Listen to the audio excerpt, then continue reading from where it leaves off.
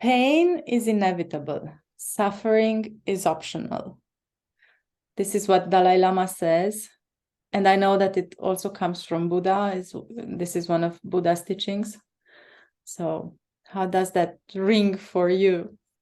The first thing that comes to mind is how an event happens, and it's an ideal event, and it happens, and that would be the pain. And then the suffering would be the story that's created around it, or the dwelling on that event and the constant going back and forth of what had happened. And also the story, what we have around it, right? As opposed to it's just pain. And I don't mean to belittle pain as in, it's not there, but we as human beings, and part of our human experiences, we will feel pain, and we will feel happiness, and we will feel sorrow and joy and frustration and anger and a whole host of emotions. But with pain in particular, what turns it into suffering is then the dwelling and the stories that we create around it. What do you think of that, Anca? It's like it's the non-acceptance of pain. So pain is present in our lives, and be it physical or, as you said, the first thing that happens. But then the acceptance of it can make it go away or lessen. But then if we also bring resistance to pain, this turns it into suffering. Yeah, indeed. I was thinking what example, would ring true for me in this. And I think if I show up in a way that is not how I would envision or wish for with my children, for example, noticing would be then the pain. I would notice, and then I can, repair and say, own up to what had happened and own up my share and move on, right? So, for example, rushing out the house and I want us to leave at a certain time, and my tone of voice gets a little louder or I get a little snappy. Afterwards, when everything is calm, I would have noticed, that that's not how I wanted to show up, and I can get back to that and repair and say, we were rushing. I was worried to be late. And that's why I was rushing everyone. I'm sorry, I snapped, and, hug and move on, for example.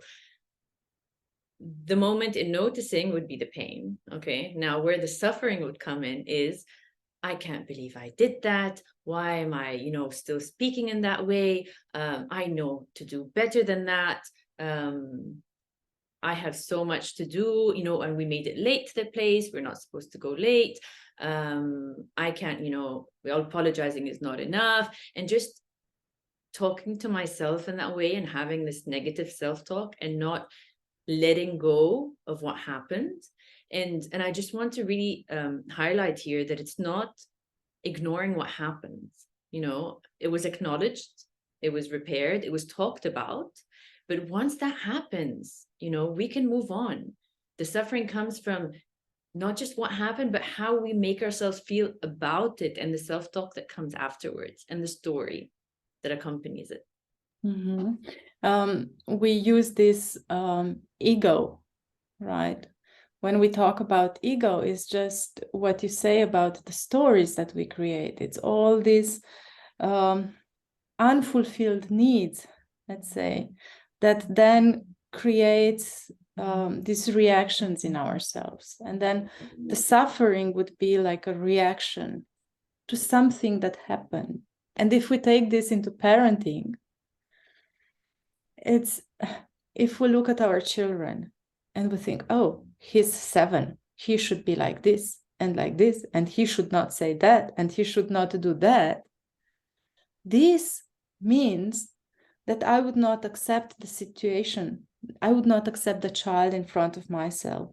And then I go into suffering, and what do? I project this onto my child also, and I create suffering there.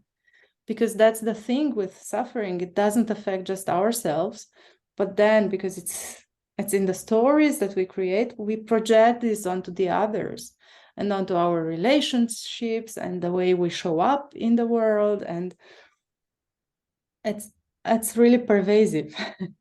Even thinking of another example with our children, how looking at the pain as an event, a certain grade in school would be, a child got a C grade or failed an exam. Okay, that would be a pain. It can bring up something in the parent, it can bring up something in the child, and that's a moment. And then the suffering happens when the mother would feel, okay, he failed the exam, then he's going to fail the whole year. This is a maths class, he won't be able to get into engineering, he won't be an engineer, he won't get the job he wants. And then all of a sudden there's this whole story that's being built, and this fear that's coming up, where how else can a mother show up is to look at what is, like you said, what is the as is. The as is that an exam was failed. That's it. That is it. And with that, you can then, look at the situation and see what are the options. Does the child not like the subject? Does the child not understand the subject? So he needs maybe a tutor or some extra help. Did he not have enough time to study? Are there too many extracurricular activities? Are there too many distractions? Like, what is that need for that child that, that the parent can support them? But that you cannot do if you get stuck in the story. If you get stuck in the story, you can't actually have that clear vision on how to support the child and to look at what the need is. We get stuck at the behavior of he failed the class or the test in that example. Yeah, and if we take this further and we go to what happens within the parent, actually, all these reactions come from an unmet need. It's the fear in the parent, right? And it's always coming back to ourselves. Like if I see my child taking a bad grade, let's say, or low grade, then, oh, what does this say about me? And it means I'm not a good parent, or it means I didn't do enough. And without realizing sometimes, because the stories can take us away from the actual, I would say pain now, but it takes us away from the actual need that is unmet.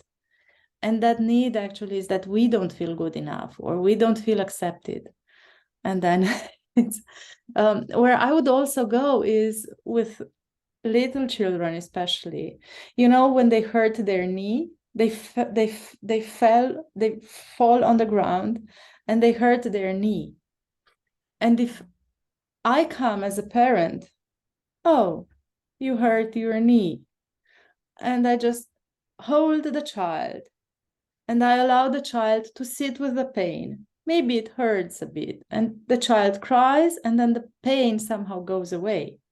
But if I come with, oh, what did you do? What happened? Oh, that's such a nasty bruise, or that's oh, how could you do that? Why did you fall? Why did you? And then we come with also a lot of blaming, or with a lot of fear, or then the child will not be able to just sit with the pain of having fallen on the ground.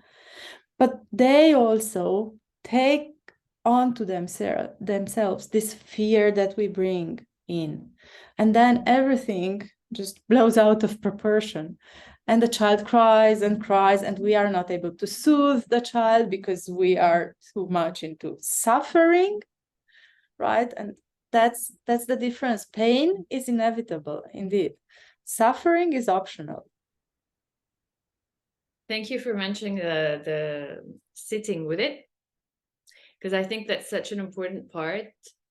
Because when we sit, when we speak about pain or any of other emotions in mindfulness, and the idea is to sit with it.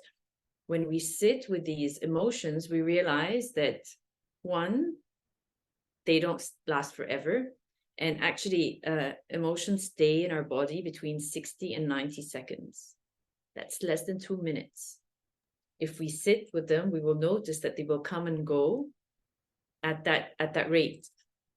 The reason they stay, like we said, is because of the stories and what we attach to them. So when we sit with them, we'll realize that they move, they come and go. And the second thing is we realize that we can hold them in a bigger space, and we are not them.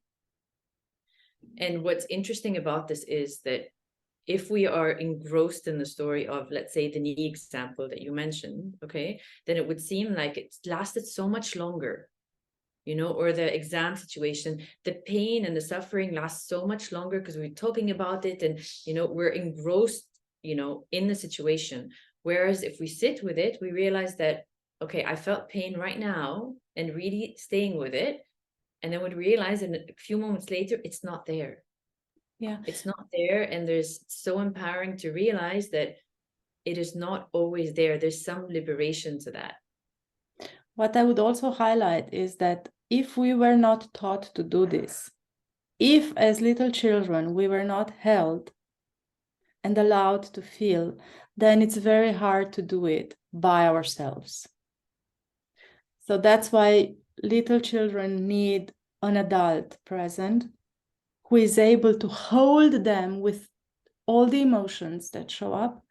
And then us as adults would need first to learn how to do this from another adult who can allow us to feel, who can offer this safe space where the emotions are being allowed and expressed and felt. And absolutely. And it's so encouraging that it's something that can be learned. Something that can be learned, and baby steps, you know, you touch the pain. And if it gets too much, look for a resource, something that makes you feel safe, and then try again for a little longer, and then back to that, you know. Yes, exactly. To experience it, maybe even more than learn, it's to actually to experience it, because someone can teach us, can tell us, but until we experience what this means for our body, we don't really understand. So to create this safe space.